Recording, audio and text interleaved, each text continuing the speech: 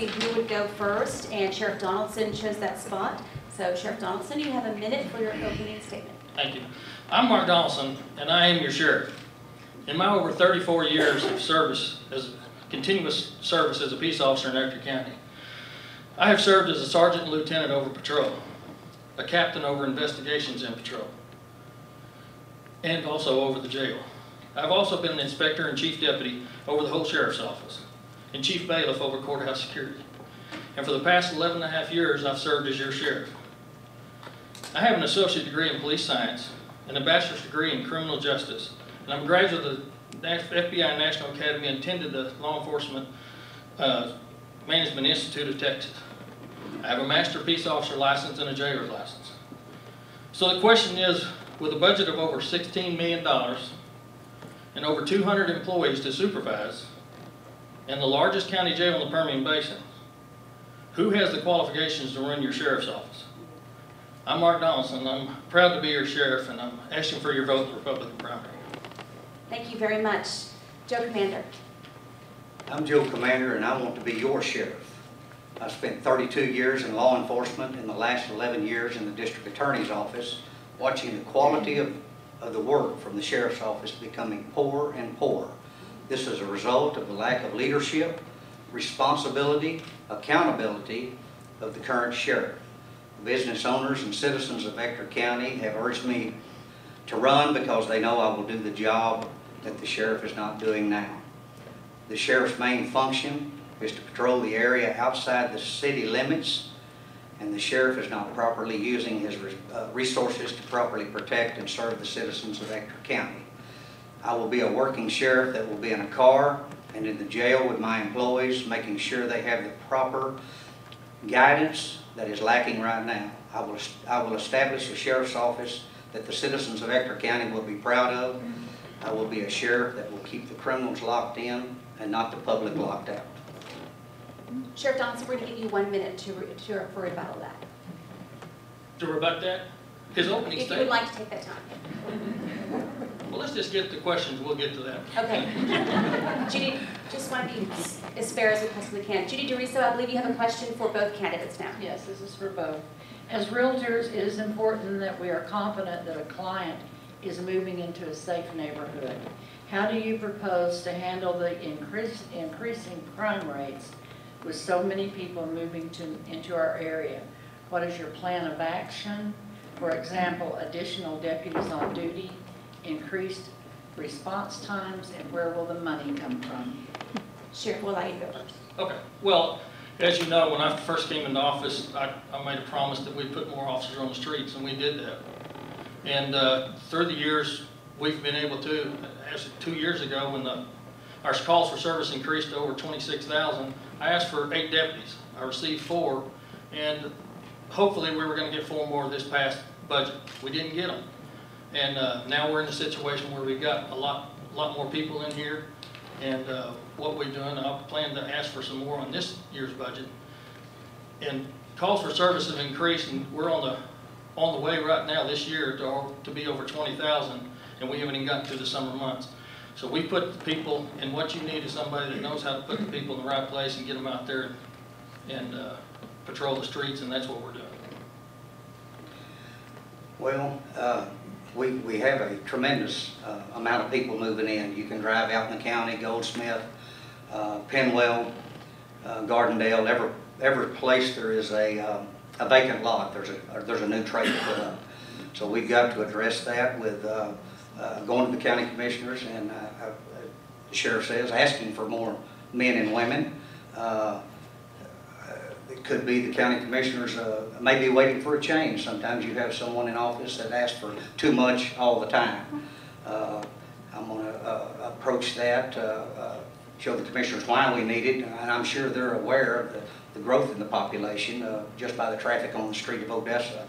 So we can help also by stopping these drug dealers. There's plenty of them that live out in West Odessa, drug smugglers, seizing their assets, their money, their houses, their vehicles.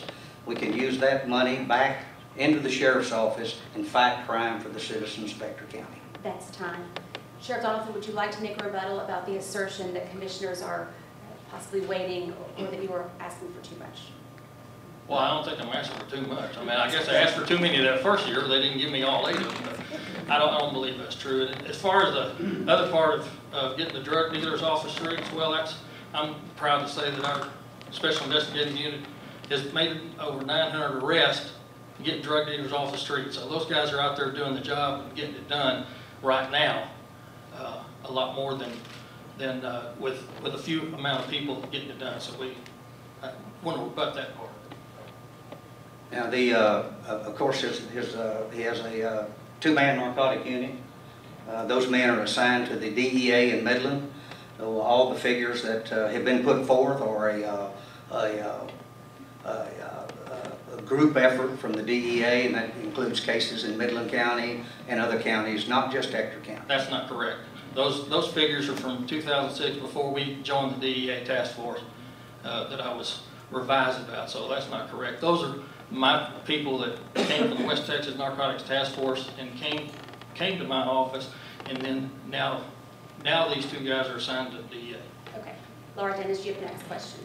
This is for you, Mr. Commander. You've raised a lot of money, more than anyone else in this, well, in any of the elections in Ector County, with almost $217,000 today. Why are so many of your larger contributors from Midland County? Well, that figure has shocked me too. I've been very humbled. I've had 3 contributors on my list, as you can well see, that have given me money, that live in Midland County. 2 of them have very successful large businesses in Ector County. So they have a vested interest in our county. They employ many Ector County citizens. They pay taxes in Ector County. They have expressed that they are dissatisfied with the service that they're receiving from the current sheriff. He's been unresponsive, disinterested in their problems. They can't receive a phone call back. I've been urged by not only those citizens, but many citizens in Ector County. My total is much more from the people that have given inside my county. Sheriff Donaldson, do you have any rebuttal to that? Well, as far as these big contributors, and it's more than just 3 that live in Midland County. You know, I don't.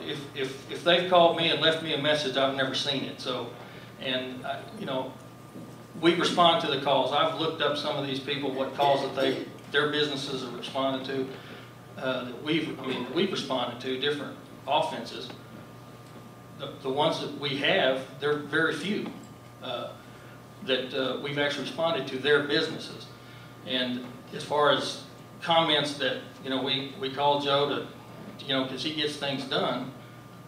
Well, did they make a case? Because I haven't seen any arrest made on any case that involved any of these businesses that are there. So I don't understand that part. The same men and women that have given me money gave money to Sheriff Donaldson in the past. The only time you gripe about not having money is when you're not getting it. And I think that's what's happening now. I've been very fortunate and blessed to receive as much money as I have. And that's quite a testament from the citizens of Ector County that they would like a change. Robert. Okay. The next question is for Sheriff Donaldson. What have you done to ensure no more escapes from the jail? Imagine that question. I'm shocked that you asked me. Well, I tell you what, we put in a new camera system without any taxpayer money, through the commissary money, that has increased that. We're able to watch those cells, and now with the new technology, we can actually put cameras in the cell. So that's one of the main things that we've done. We had a discussion with employees and talked to them about, you know, not being complacent. You know, it's a tough job, and they're out there, and you know, they rock along there and nothing's going on, and then all of a sudden they get complacent, and then something happens. So we've talked to them. They're working harder. They're doing their job, and they're doing what they're supposed to do, and it's not going to happen. All right, we have an OA interactive question for both of you gentlemen. Sheriff Donaldson, we'll start with you since you drew the first position. The question is, where do you stand on vehicle pursuits when the accused is a misdemeanor crime? the suspect is a misdemeanor crime? Well, let's look at something. When somebody, a lot of times you don't know what they've done. I mean, yeah, if they run a red light and you start, and you turn your lights on and you start after them, if they start to flee, then they've just committed a felony. There is no such thing as a misdemeanor crime when they're fleeing in a vehicle. That is a felony.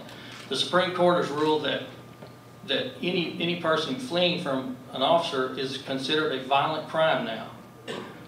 So we're, you know, you know, there's times that obviously that it's time to shut a pursuit off, and they do. But when you have to catch them, I mean, you're going to try to catch them. Otherwise, you're never going to catch anybody, and you can't always get their license plate and then go back and get them later. Joe Commander, your response, same question. Where do you stand on vehicle pursuits when the accused is accused of a misdemeanor crime? Well, a traffic offense, I don't consider that a major crime.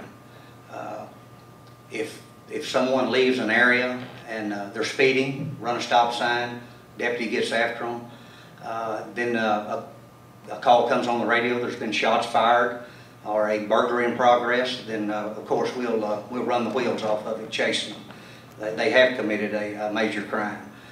Just like I've always said, nothing good happens in a Class C misdemeanor pursuit. The only thing that happens is you end up wrecking cars, you end up hurting citizens, taking lives, and it just doesn't, it's not worth the end. You can get close enough and you can get a tag number. You can turn it into your investigators to investigate, identify the subject, then get a warrant and pick the person up. Thank you. Gentlemen, you both have an opportunity to make 2-minute closing statements now.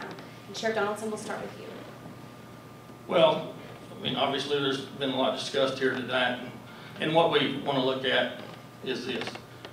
This is a big county, and it's growing. And we've got a lot of people coming in here, and we've got things that have to be done. We're looking at possibly having to expand the jail at some point because of the fact that the influx of people. And that needs to be somebody in that office that knows how to manage people. And the other part of it is that we have very few people applying. I mean, we're shorthanded, and there's not that many applying. So you've got to know how to take what you have and deal with that and work with that and have the experience and the skills and the education to be able to know what to do with those people and where to put them to make sure that the job is done right. And I feel like that with my education, with my experience, my supervisory experience, that I'm the person to do that job. And again, I'd like to have your vote in the Republican primary.